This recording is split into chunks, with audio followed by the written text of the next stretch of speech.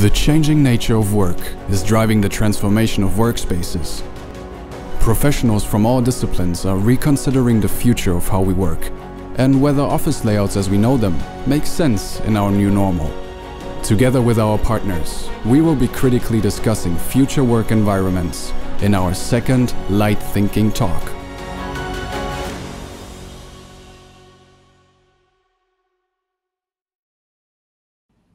Hello everybody and welcome to the second of Lighting Talks, hosted by Ikutsini and designed to inspire and educate and propagate our shared culture of light.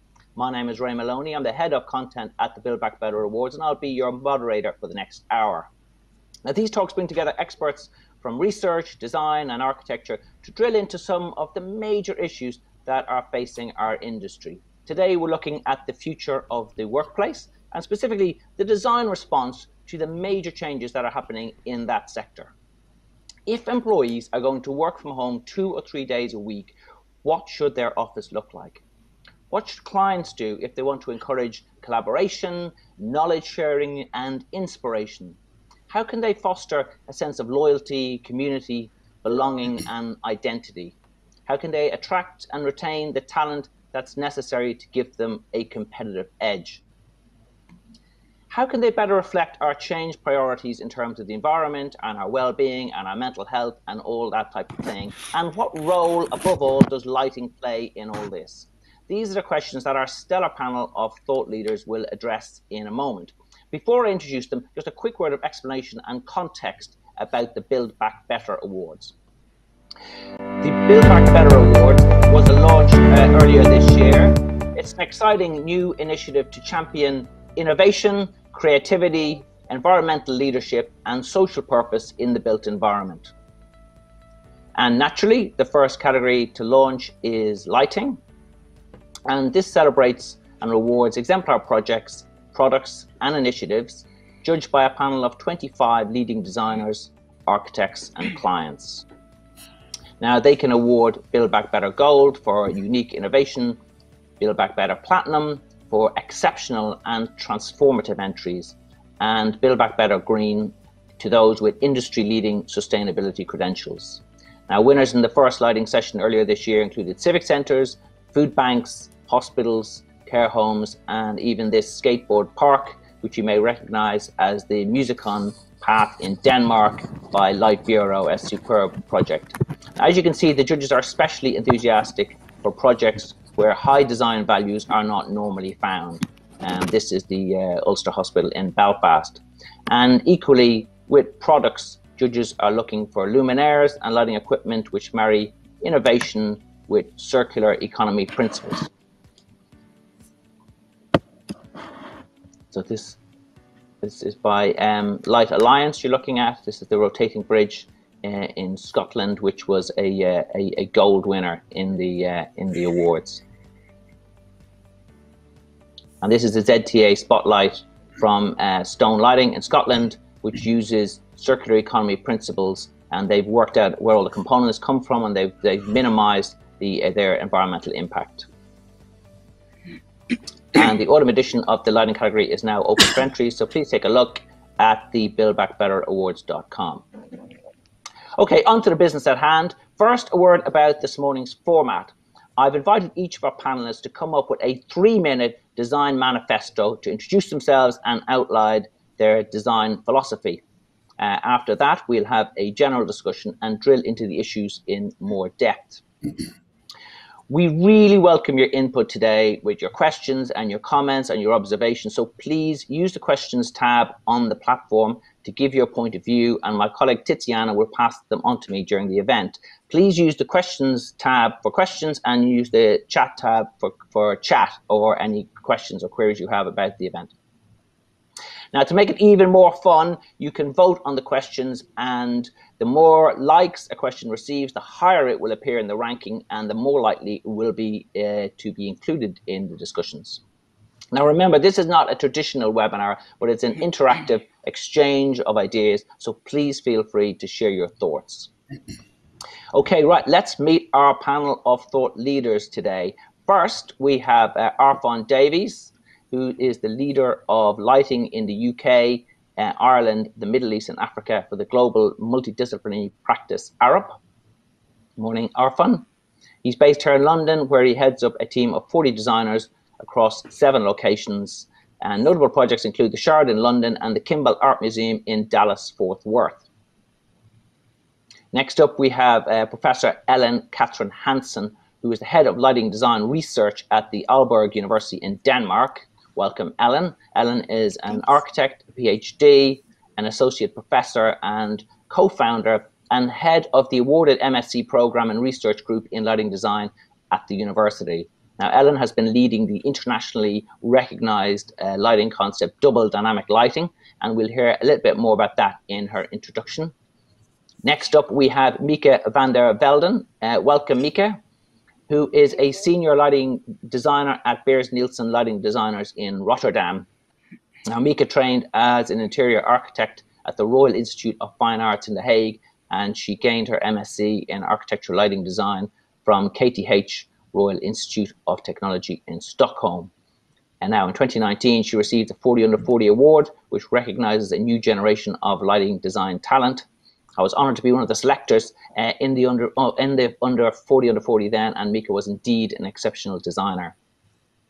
Now, from UN Studio in Amsterdam, we're delighted to welcome not one but 2 designers. We have William de Boer. Hello, William, who is the practice's head of product development. He has led several recent product introductions, including the stand table in collaboration with the workplace furniture manufacturer Proof, and I urge you to check them out. They're very innovative and speak to our new priorities post-COVID. William also advises on the interior and experience design of the practice's architectural projects. Filippo Lodi, welcome, Filippo, is an associate director and senior architect at UN Studio. He leads UNSX, the in-house innovation think tank and experience lab. This is a team of architects, computational designers, product designers, strategists, virtual reality and augmented reality specialists, and sustainability consultants. They experiment with new methodologies, technologies, and materials. And that sounds like a lot of fun, Filippo, that you have in your work. So that's good. Right, we're going to kick off, and we've introduced a deadly system here, which is the 3-minute countdown, which is very cruel. I've never seen before, but that's going to so no pressure then. Arfon, I'm going to ask you to start off with your design philosophy of what the workplace will start to look like post-COVID. Thanks, Ray. I'll try to keep within 3 minutes. So good morning, everyone, and yeah, thanks, Ray, for the introduction. So it goes without saying that the pandemic has generated many questions for commercial property owners, developers, and tenants alike. What is the future of the workplace now and into the future? We can be very sure that scenes such as these, with tightly packed space, desks centered around a shared infrastructure, things like photocopiers, files, computers, printers, network connections, are now very much less desirable and wanted than they were pre-pandemic. Our workspaces now have very much different demands and needs from users, moving away from a space that simply is there to get things done. Instead, being seen as places to form social bonds, corporate culture, host clients, and attract talent. Workspaces of the future are also those that need to be flexible hubs that cultivate, promote, and inspire collaboration, innovation, and meaningful interaction. The workspace of the future, therefore, is one that's very much about personal choice, attracting people to the office, making a very clear differentiation between the home and the office, giving us a reason, if you like, to travel and commute. For some, the office actually will be a day out, with a clear purpose to collaborate with a colleague or meet a client, with the workspace a draw for people by creating destinations that provide stimulation, surprise, and delight. 3 of my philosophies, I think, for consideration for today. The first is adaptability. Workspaces of the future need to accommodate rapid changes in user needs, supporting different modes and configurations. End users and building owners need to be able to carry out this adaptation with minimal disruption, with minimal additional cost, and with absolutely minimal waste. Workspaces also need a very high degree of flexibility on a day-to-day basis, with workspaces being able to change and reconfigure as users demand during the course of the day.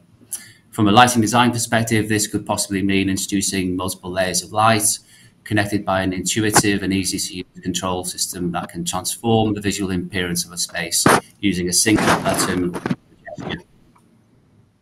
Final priority is ensuring that our workspaces are smart, with embedded technology and digital workspaces that enhance user experience and facilitate the adaptability and flexibility I've just discussed. These smart technologies must be user-focused, simple to use, and with the primary aim not to only assist facility managers, but also enable workplace users to be able to personalize their working environments to suit their own needs. These three priorities and many others, I'm sure others will discuss more, will allow us to create the workspaces of the future that promote social interaction, collaboration, engagement, and social spaces that are inherently adaptable and flexible. But we need to be mindful that these different priorities could be in conflict in this future. We're all very acutely aware that the climate emergency that is around us and our responsibilities to embrace sustainable development in all of its forms. Therefore, we must balance the needs I've discussed and others of the future workspace with this commitment to minimise our use of carbon and materials by finding sustainable solutions that don't carry a heavy carbon and environmental price. Thank you.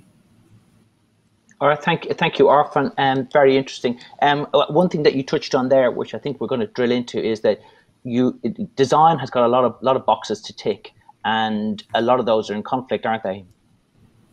Yes, absolutely. It is a balance, right? Yeah, and it's how we reconcile those is going to be an issue, but we can talk about that when we get stuck into the discussion. Okay, Ellen, Professor Ellen Hansen, over to you. Let's hear your thesis on what's your snapshot take on what the workplace will look like. Thank you, Ray. Yes, I would like to talk a little about how lighting can connect us to our natural environment. I want to take the departure from the fact that human perception, vision, and biological response has revolved to the natural variations of daylight patterns that create the reflected, diffuse light from the sky and the direct sun. So this small talk is going to be about how daylight and electrical light is designed to complement each other to meet our human needs for natural dynamics. I'm going to refer to a research project we did at Aalborg University together with 4 industrial partners, one of them Iguzzini. We asked the question, how can daylight act as a point of inspiration for new indoor lighting design concepts, bringing the qualities of this dynamic light into our work environment. Either if we work at home or we work at offices, we spend 90% of our time inside. So if we should look at these very simple qualities of the light, it has to do, of course, in this previous slide with the colors, we know the blue diffuse light from the direct light from the sun. But we also need to look at the distribution of the light and how the natural light is creating a flow of light from the light coming in from a window, creating this modeling of a distribution of diffuse and direct light, and it's creating light zones in the space. And if we look at these 3 qualities of the light and the light distribution, we could add the electrical lighting as components that contributes to this. So if we work with the ceiling panels, creating the diffuse light that is referring to the distribution and to the color of the skylight so that it can change depending on the sky. And we add a direct light source to the work plane that is complementing the flow of light, the directionality of the window. And this way we can create light patterns, we can create light zones, and we can create a connection to the natural environment. And we saw in an experiment over half a year where we had a sky scanner and we could set up different scenarios depending on the daylight level and on the sky type.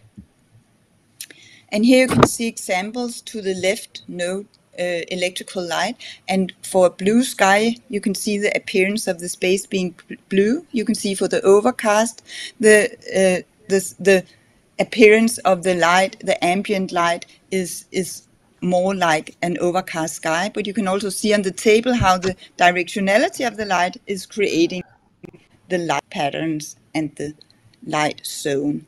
So if we should focus on how light can connect us to a natural environment, we should stress on this double dynamic light concept, you could call it, where the daylight and electrical light is designed to complement each other to meet human needs for dynamics. We should look both at the perceived quality, how we create these form modeling light zones, flow of light qualities, also at the atmosphere in the space, and create this connectedness to what's going on outside. We intuitively know when the weather is like this, we think it's natural that the ambient light is like this. And we should stress the non-visual effects, how we can stimulate circadian rhythm, alertness, and mood as a part of this dynamics. Thank you so much. Oh, thank you, Ellen. And very interesting. I presume, you know, just to be clear, that you're not talking about this, what we're talking about, human-centric lighting or circadian lighting. This is more about bringing the daylight indoors using artificial light. Yes, but if we create a more natural environment, we will also meet our need and how we have evolved to the natural cycle of the daylight. So in this way, I think we can both meet the perceived qualities, but we can also meet the biological non-visual effects. So I'm also talking about the more neuroscientific approach to light meeting these needs. But it's very important for me to say the daylight is the most important source. And if we design referring to this, the dynamic electrical light can support this to a great extent. Okay, great. Okay, thank you, Ellen. Next up is Mika van der Velden from Beers Nielsen. Good morning, Mika. How are you doing? Good morning, Ray. I'm doing fine. Thank you. Good stuff. Okay, good. Right. Well, let's hear your vision for the future. Okay, here we go. So let me just make sure that I can use. So here we go. COVID-19 has accelerated the transformation of workspaces and proved that things can change. In an extremely short period of time, we have adopted new ways of working. Some things work really well, like working from home, concentrated. We also experienced that despite the success of home working, we still need to meet people real life, and we need inviting places to collaborate, to communicate, to discuss, and to feel comfortable and get inspired. I'm convinced that working at home has raised everyone's awareness of light, because suddenly we realized how light actually affects our workplace, our home, and our well-being. Going out during lockdown personally made me feel how deeply I am connected with nature and with natural light. And I think many people share that experience. It felt so good to be outside in the daylight. And I hope that you agree that natural light really is the best light there is. As for future offices, I think personal experience, the experience that we have with light, will change people's demands for office lighting.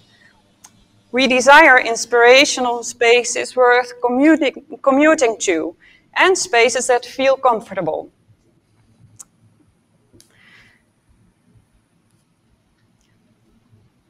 As for the future of workspace lighting, I think marketing on human-centric lighting, for example, has contributed to the awareness that light affects our health and our well-being. And although changing intensity and color temperature of electric light does influence concentration and productivity, it does not create the most inspiring, comfortable nor sustainable solution to light our offices if it is used to make uniform one-dimensional lighting only.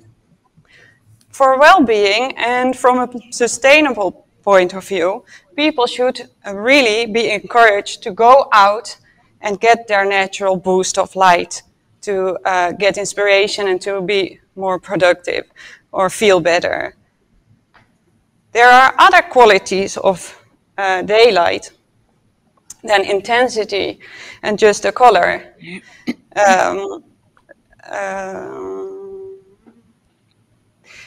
That we can integrate into our lighting design too. We can use them as an inspiration to create spatial lighting which connects with nature in a different way.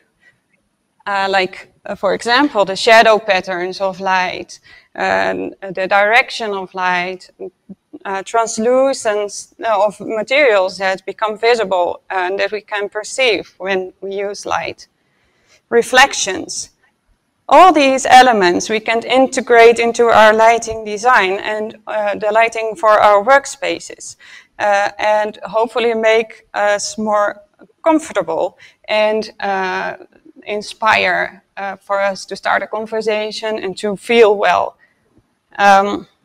So these are all pictures that show all these qualities of light. And the way we work at Breers Nielsen is that we try to capture the feeling of the light and translate it to solutions that we use to create our indoor spaces.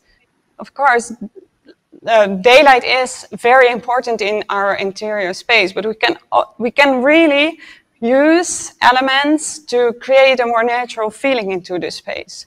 And to show how light really can open your eyes, I'm showing you this project that we did at Hoog Veluwe. It's a bezoekerscentrum, a visitor center, where we took the quality of shadows and dynamics in lighting to create these biophilic chandeliers.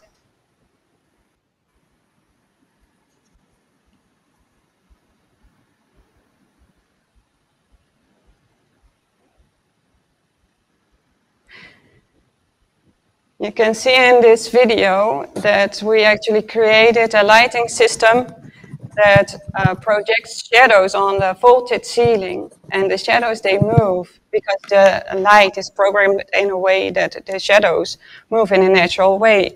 And we heard feedback from people that saw this lighting installation, and when they went out into the real or in the natural surrounding, they suddenly started seeing those shadow patterns everywhere, and I think that's great.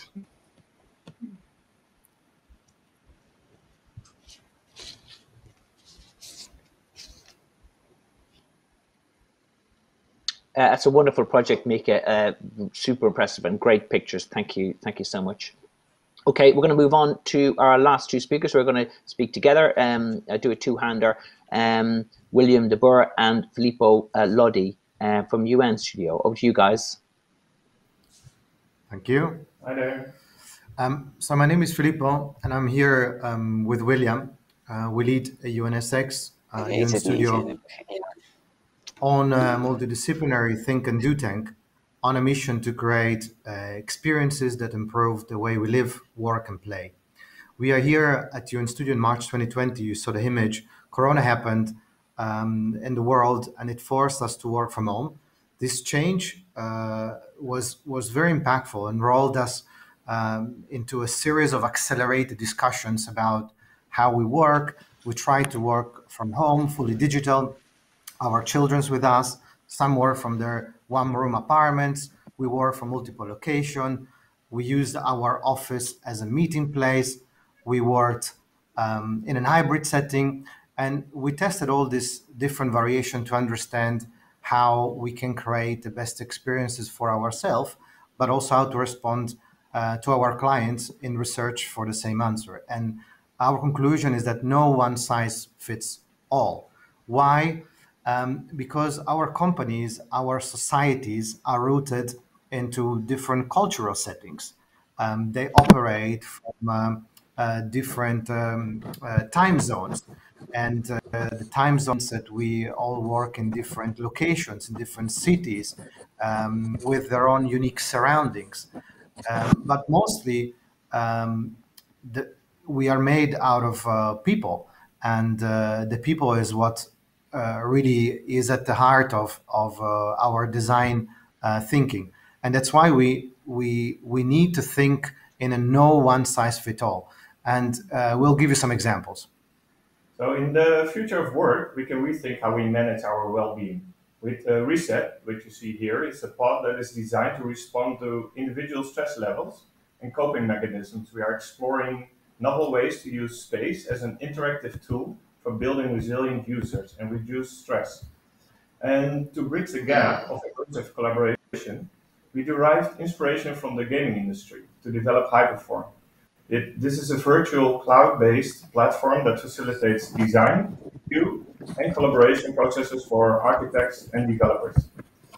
And if we look at the bigger picture, then we also see that offices are turning into campuses with mixed-use destinations that allow people to work in different settings, like a cafe, taking a walk in an outdoor setting. The office becomes a talent attractor. This last example here that you see is Node Plus. It's a system born out of the need to combine different activities in the same space. The elements allow for different configurations, responding to changing needs of its users during the day. And we call this micro-architecture. And with this, we conclude, and we are looking forward to the panel discussion. Thank you.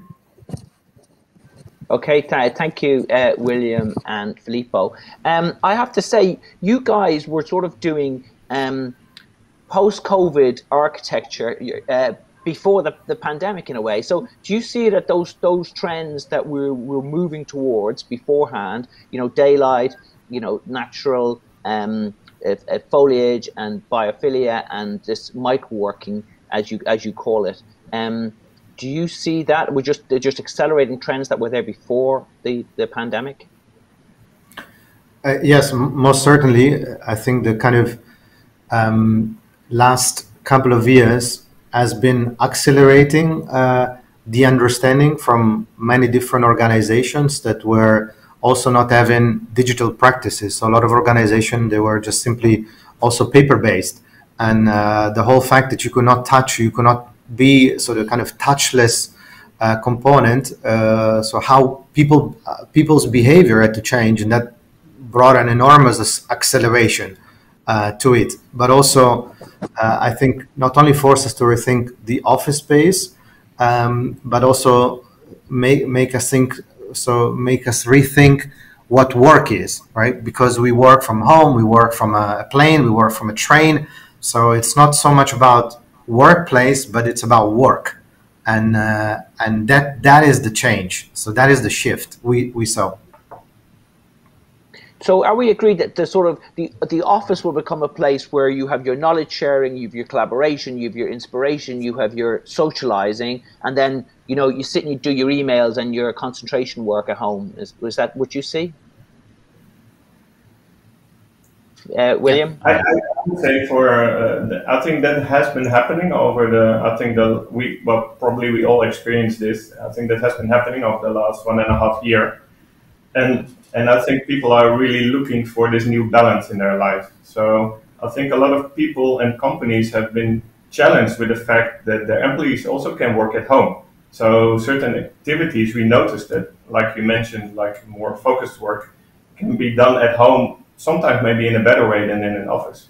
But we also notice, for example, with the projects we do, that for certain phases, we really need to come together as a team. We need to be in the same room. We need to see each other in the face. We need to see the mimic of the people, the posture of their body, and also just physically interact by drawing and by doing things. And this is, I think, for a lot of let's say, kind of professions, this is important, but of course there are also professions that don't have that. So I think for the professions that have flexibility, they're really kind of, as our studio as well, we are looking really into finding this new balance and giving also people the opportunity to choose. And I think that is one of the biggest change we have seen lately. Yeah. Okay. Just a reminder, guys. Just to get in, just put your hand up either electronically or physically, even or just butt in, basically. Arfon, are we seeing the death of the desk? I mean, our office is just going to become, boutique hotels where we're all, lounging around on beanbags and on our laptops? So that's an interest. I think I was just listening to William speak there. I think we have this. Understanding at the moment. I think my presentation was also touched on that, and others did too. That the workplace will become a destination, a place for activity, a place for stimulation. But I think it's worth noting that the office will become a very personal experience, and what you might want, Ray, in terms of sitting on beanbags may not be appropriate for somebody else. Someone might want to come to the office 5 days a week and carry out their work exactly how it was before. So I think we need to acknowledge that the office will become a personal experience in the future. It's not a monolithic, consistent, uniform thing. It's something that can be adapted to everyone's personal choice. That could be maybe pre-COVID or could be something very different. But we're going to see an end to the serried ranks of desks, aren't we? And we're going to see more flexible. Yes. Yes, absolutely. Yeah. Mika, what's your view on this? Because obviously lighting and other designers have to respond to what the office is used for, don't they? Absolutely, and I notice that people in their home settings, when people work, they create the space that they want to, right? Because you have your own lights, you create that space. Maybe you put an accent on something that you want to be seen when you're doing your online meetings. And lighting really tells a lot about you, and also makes you feel in a certain way and experience it. And I think having this control over your own lighting also makes people demand this in our workspaces. So if we're sitting in a big open office space and the lighting goes automatically without you having without you having the control over it at all, I don't think we want that. We really want the lighting to fit our personal us, like our human beings. Okay, we got a question from James Poor, lighting designer. He's talking about the conflicts that are going to arise with implementing many of these needs and changes. He says the COVID pandemic and the urgent need to address the climate crisis are creating a perfect storm of requirements and demands that must be addressed. We all appreciate the need to renew and refurbish, not to build new, but to repurpose existing buildings.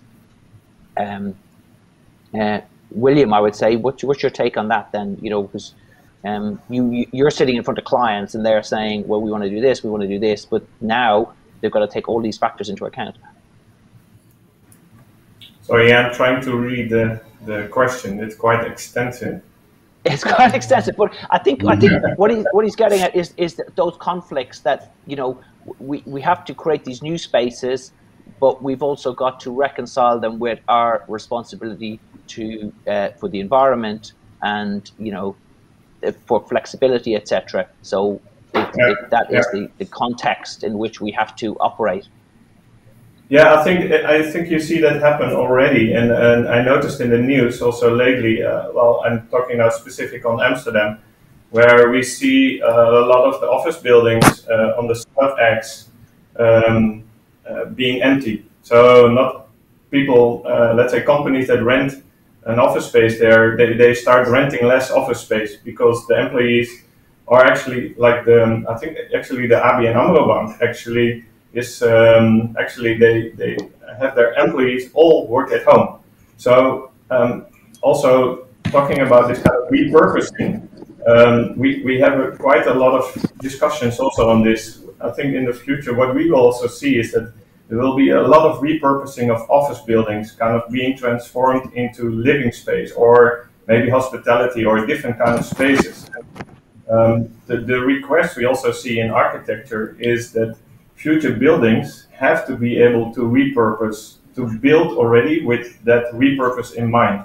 So that requires quite a different attitude towards building, and it also requires, let's say, a different sustainable mindset on the materials that we are using and how we can reuse the materials or repurpose the materials. And there is a lot of urban, I think you have heard urban mining, which is kind of also a very kind of interesting thing that's happening, where we can, let's say, kind of when you kind of or demolish a building, that we don't completely demolish it, but we take all the materials or components out of it and we reuse it somewhere else. And so there's kind of a bigger shift in the background that is happening, but it's coming more to the foreground. So I think it's a very good question, because we don't have all the answers yet, but and architecture, kind of, we always say architecture is slow. So but I think it's a trend that has been set into motion, and we will see that more and more happening. Yeah. Mm-hmm. Mm-hmm. And yeah, Arfon. There's a myriad of raised hands there. I think I got there first. Yeah, I think it is a very good question, and somewhat reflects on my last points I made in my kind of opening statement, was about, you know, life has always been complicated, but I think in looking forward into the future, there are many conflicting objectives that we all aspire to. And I think, you know, William's answer is absolutely correct. I think really success comes when we work together in a truly multidisciplinary way. So, you know, architecture supported by lighting, supported by interior design, supported by et cetera, you know, rather than working in silos, we work together. And I think if we do that, and Arab always talked about total architecture, total design, and that's really, you know, our philosophy. It's, you know, we're all aimed towards a common goal, and we do that together. And I think we have the best chance then of sort of balancing these conflicting requirements. Ellen? Yes, I couldn't agree more, and I think it's a very important topic to raise, but I think lighting can actually do a very big difference, and we all agree right now, but when we look at what's being built and how the lighting is, we still have most of our office with even horizontal light distribution, and that is completely against what has been said now, because we need not to encourage performance. In research, we measure performance. This has to do with creativity, with how people feel comfortable, how people can socialize at their workplace. And of course, people, exactly as we do at home when we have guests, they should be able to reorganize the workplace individually for every task they do. So I think there's a really interesting challenge here where we, with this aim, could meet both the environmental and the social and the personal and the needs for the workplaces. I like very much you in studio that you focus so much on this multi-purpose, but also that you said that a workplace should attract talents, that it should be a place where you want to come and where the best people want to come, because something magic happens here. It's not the place where you have the perfect lighting to do something where you are very isolated, because you should be able to create that at your home workplace. Mm-hmm. Now, Mika, what's your view on that? Sorry, I really agree with all of you. Oh, we agree so much, but it's really it's so something that we all know and that we all experienced so much during this recent pandemic. And like you were saying, William, architecture might be slow, but if we use light to facilitate the different functionalities and start thinking about the spatial lighting that can enhance various elements in the space, like the verticals, the ceiling, we can have a directed light, spotlight, or diffuse light, and we can play with this. We can transform the space within seconds if we have it done right, and then it fits all these activities. And I really think this it's amazing how that can how that influences how we feel and how we can be ourselves in the space. Okay. Can I quickly respond to that? I think Mika also what we mean with the architecture is slow is also that the whole building process is very slow. So I think that is, like I think Ray mentioned it already before, that even before the pandemic, we were already busy with these topics. And I think also like with architecture, yeah, sometimes it takes 5 years, 6 years, sometimes even 20 years. The Arnhem station took almost 20 years to build in the Netherlands, which is very complex. So, but I agree with you that like the topics on I think lighting, you can do really a lot in a space to transform it in a very quick way. And that's maybe also a very interesting challenge to the lighting industry to really kind of look at lighting also for kind of repurposing buildings. You almost kind of with light, you, like I mentioned, like how you could transform an office maybe into more residential or different kind of space without completely maybe changing the architecture or the infrastructure that is there. With light, you can really make a already a big impact in a very short or quick way. Yeah, I agree. Like you did with the leaves, I really like that one. Oh, that was fantastic. Yeah.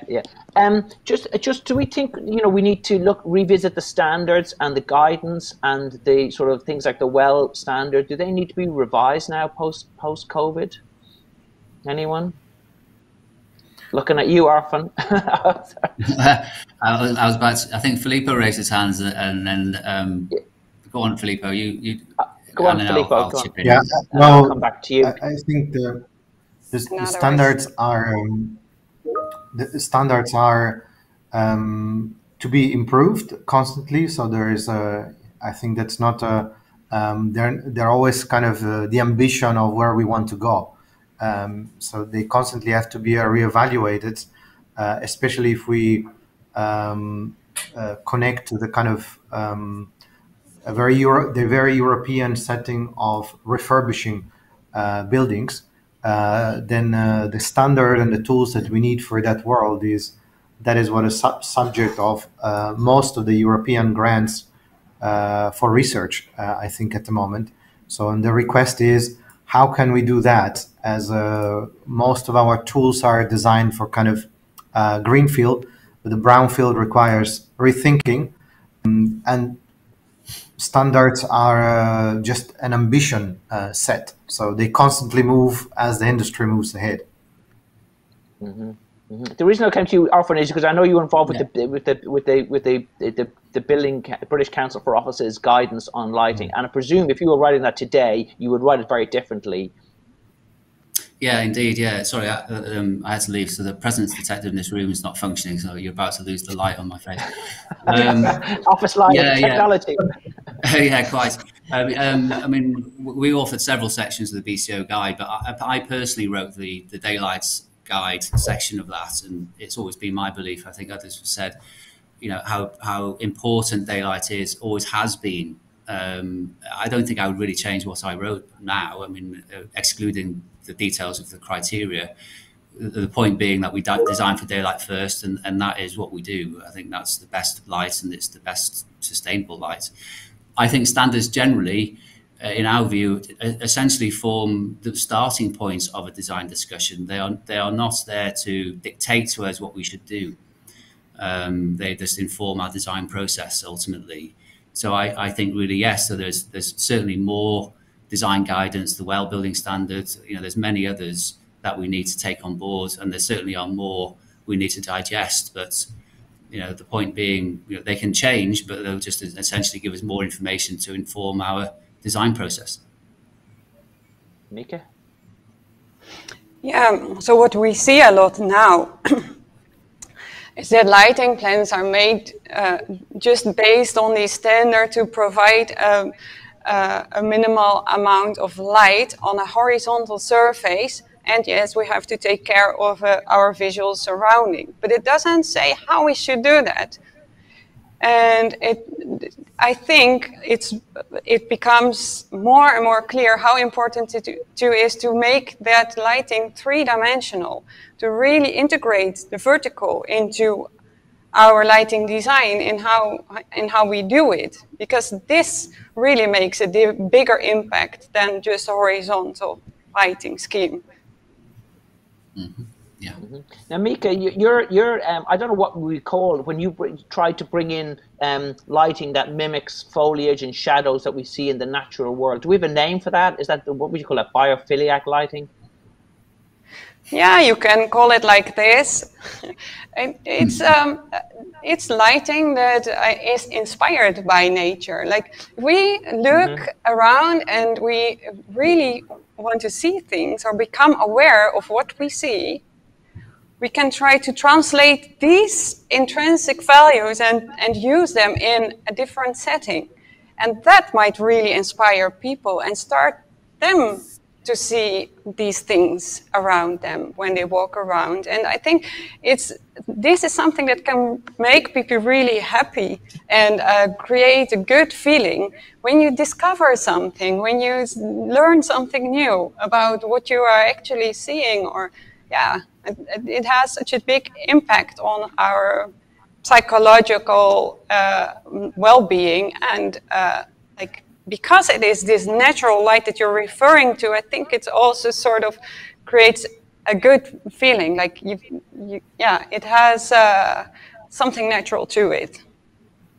Mm-hmm. We are going to see an explosion of foliage and plants and living walls, etc., in offices, aren't we? And plants want different lighting to human beings, don't they? So there's a conflict there, isn't there? That we'll have to take plants into account and planting. Well, they don't necessarily need different light than we do. I mean, we are all natural beings, and we're all meant to be outside in that natural light. And we take this psychological input, but we also take biological input. It sets our biological clock. And this goes for plants as well. I mean, they live like... they need darkness as well at night to go to sleep and to grow well. You cannot just put them into full lighting, like 24 hours a day. They are living,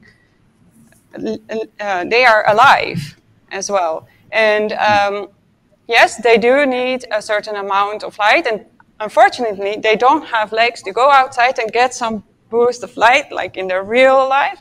So they are just bound to that place indoors. So we need to treat them well, give them the right lighting, but we don't necessarily need to give them just a fraction of the spectrum of the light to make them grow enormous, because we want to keep them alive, and we don't want to make them more productive or so when we use them in our interior spaces.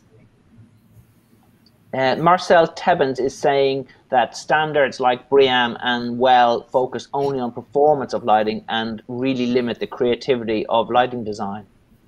Anyone agree with that? Yeah, yes, I agree with that. I would just reflecting also back on the previous conversations about standards. You can't really codify into a number the experience we would have from a space. We experience the space around us primarily through our eyes and our vision, and that, of course, emphasizes how important light, material, and architecture are, because they are revealed by light. And you can't it's not simple enough to just describe a number. So yes, I would agree with the comment that's just made there. BREEAM and WELL, they define some metrics for us to consider, as I was making the point earlier. There's information for us to think about in our design process, and there's the visual experience in the environments can't be just drawn down to a single number. So yes, I agree with the comment that's been made. Yeah, William. Yeah, William. Sorry. Yes, I was triggered a bit by what Mika was saying about the plants, or the discussion on the biophilia. And what is kind of interesting, what I think, if we talk about future of office and what this pandemic kind of brought us as well, is that I think before we really also tried, and I think we're still on that path, the nature inside. But actually what we see a lot happening now, also during the pandemic, that people wanted to go outside, out of their house. So I think there is a big challenge in understanding how can we facilitate for being more outdoor? How do we work maybe also sometimes more outdoor? What are the areas around the places that we call office or home that facilitate also for this more natural experience, this more daylight experience, instead of trying to bring all that inside? Why don't we go more outside and see how we can facilitate for that? So I think that shift, I think, is also very interesting. It is maybe a little bit counter thinking about the indoor area, but just like if we talk about well-being, if we talk about human-centric design, then being in nature is almost not replicable inside. So that walking in a forest maybe for an hour, or seeing the light through the leaves, or hearing the sound of the wind blowing in the and birds, and I think that whole biophilia topic is very interesting for the inside. But why don't we think also more, how do we kind of bring ourselves maybe more outside? Mika. Yeah, so maybe we can put this into our standards, right? And into our guidelines to really encourage people and to stress how important it is to really catch that daylight, because it's just good for us, and like really make that even more clear to people that they are actually meant to be outside, and this is the most beneficial for us. And then we can do indoor activities as well. But we don't have to get everything, as you say, William, from outside into our interiors. I totally agree. Yeah. I mean, Alan, presumably you would... Sorry, Ray. Well, go on, William, it's fine. Because we were mentioning also kind of you work in different time zones, different situations. Of course, we have kind of clients all over the world. Some parts of the world you cannot be outside during the day because it's just simply too hot. So I think there is also an interesting challenge, maybe in the different times of the day, in the morning or more in the evening. Like, how do we facilitate for people there to be outside? Or maybe, like, I think also, like, if you're more up north, like I think in Denmark, Sweden, all the way up north, you don't have so much daylight. So, like, how do you let's say get your light or your? I think these are also very interesting questions, because we are more kind of a more global kind of let's say profession in this sense. Yeah, absolutely. I mean, Alan, come in, Yeah, I want to follow up on this. I think it's such an interesting discussion, because I think we are raising this lighting design to much more than the specific design. And I think it's so important that we become much better and much more sensitive to design to the local area we are in, but also with a response to the seasons and the weather.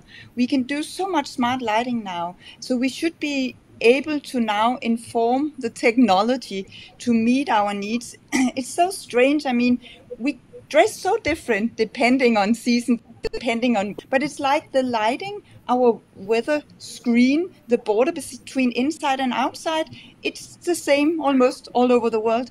So I think we need to be much more creative in the border between inside and outside, that it can change depending on time of day, seasons, orientation, of course, and the weather.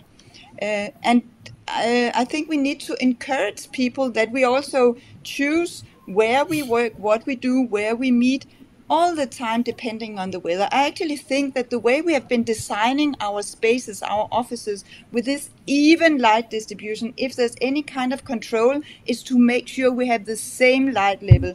Maybe a very controlled color temperature, which looks extremely artificial because you don't work with a three-dimensionality. Instead of trying to see how can we meet the dynamics that needs to encourage us to go out when the weather is in a certain way, or to place ourselves where we get a smidgen of sunlight in the wintertime, or place us somewhere else in the summertime where we get too much light in the evening, so that these smart systems can support us in this. And I was very interested in UN Studio also using gaming, because we also do that in our department, and all these technologies to support us in understanding to meet people in this complexity. In a way, it's just to make us connect us to nature again, as I was trying to talk about, making this connection. But we need our environment to encourage us to get back to this connection. Mm-hmm. Which you would say a client who's putting in today, constant light in an office, the same color temperature, the same color, the same light levels all day, that is looking very dated now, is what you're saying. Yeah, but that's what happens. I mean, yes. We can easily in this forum agree on things being different, but that's what happens in 95% of the cases.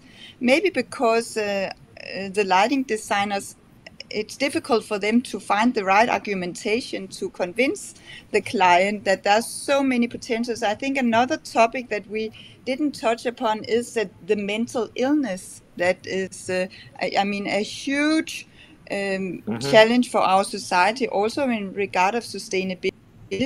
And we all being connected to the natural environment, going outside, sitting by the window, feeling the wind and so on, is stimulating us.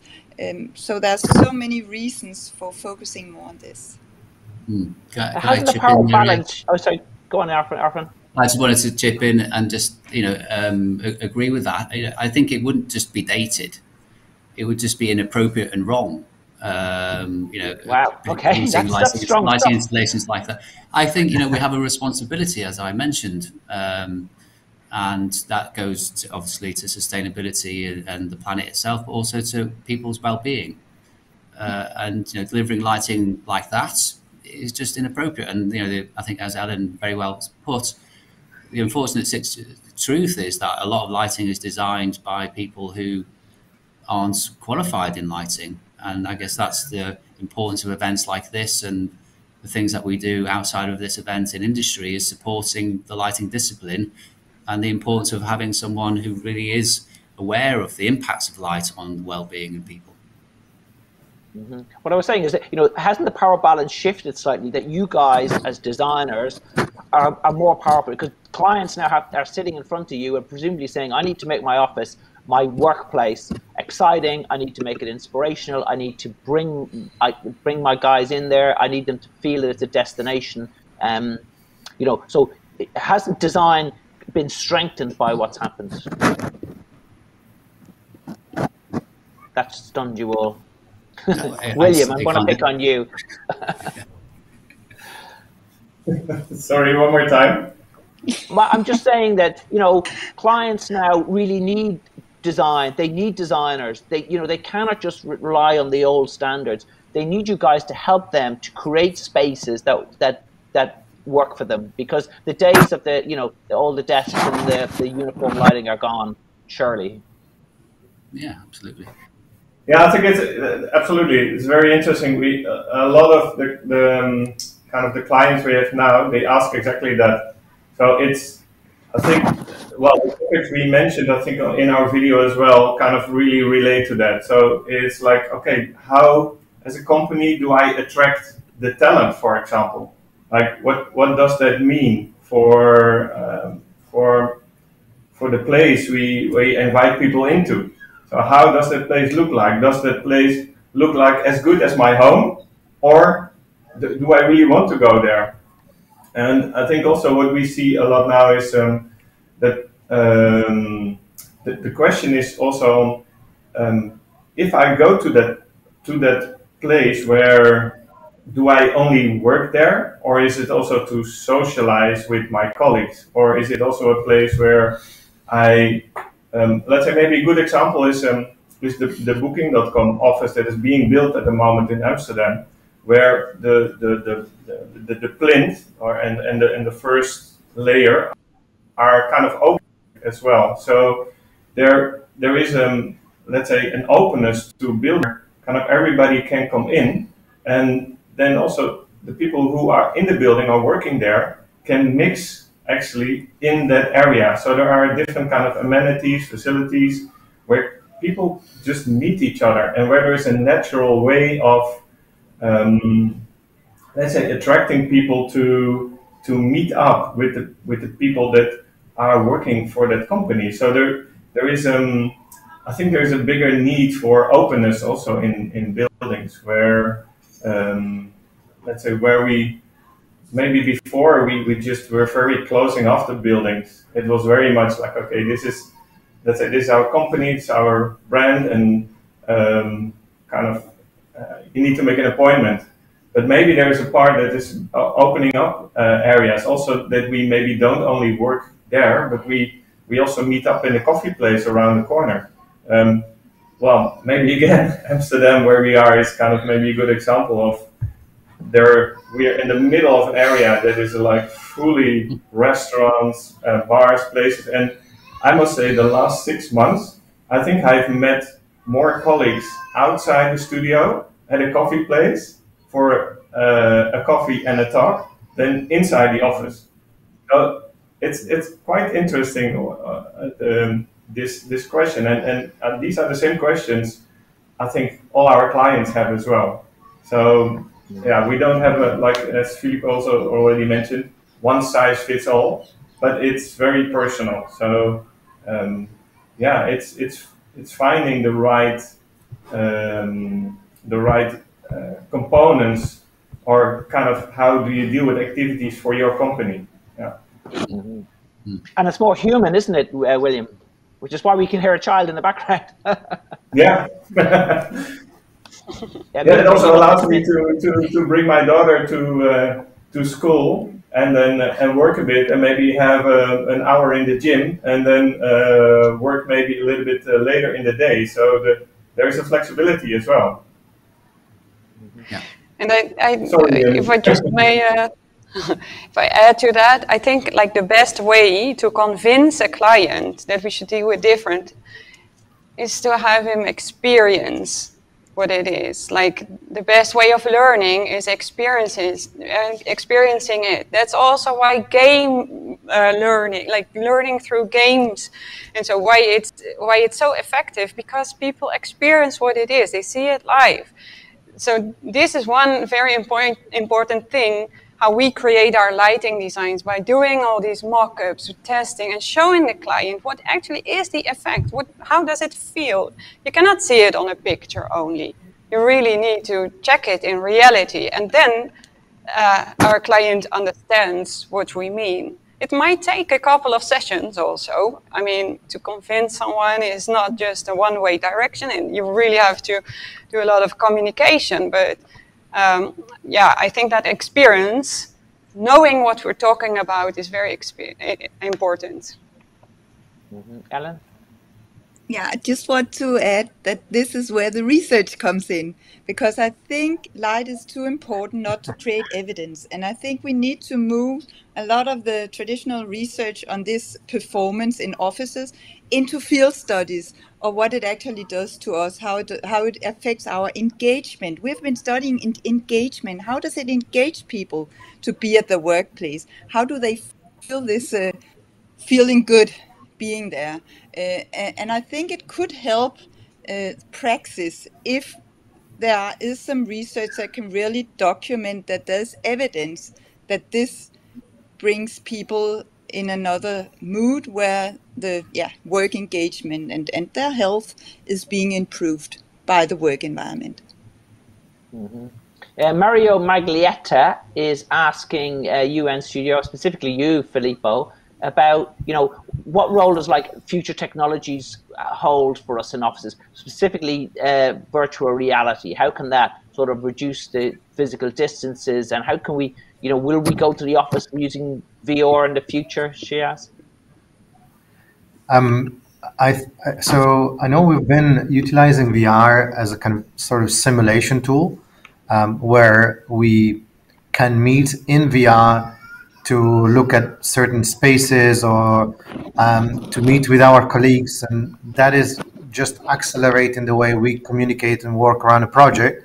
Instead of taking a flight to Singapore to see a specific site and meet with our consultants from Australia, that takes about 3 days is just about plugging in your VR goggles and say, okay, let's meet now, and that simulates the kind of experience of being there, and you can talk around that simulated space. It does not replace reality because there are some nuances that virtual reality yet is not able to capture. So there's no smells, there's no other nuances around the background of the commercial activity that you might experience visiting a site, but it's definitely enabling us to talk faster, to experience, see the effect of different materials, different light settings, and just quickly talk about things.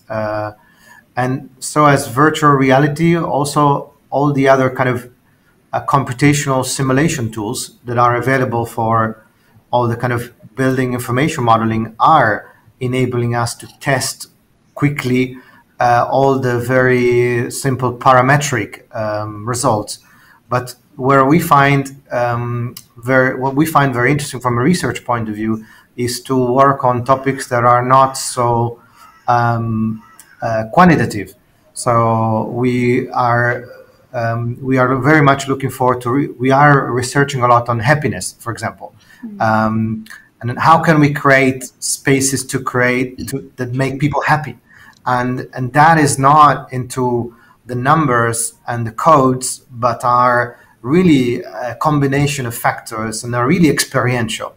And this is where we think we should invest more time to research as professionals, to really create different values and to shift our attention towards all those values that are not necessarily easy to connect. So they talk about social inclusions, they talk about happiness, they talk about all values that are not so numeric or not so translatable in economical values.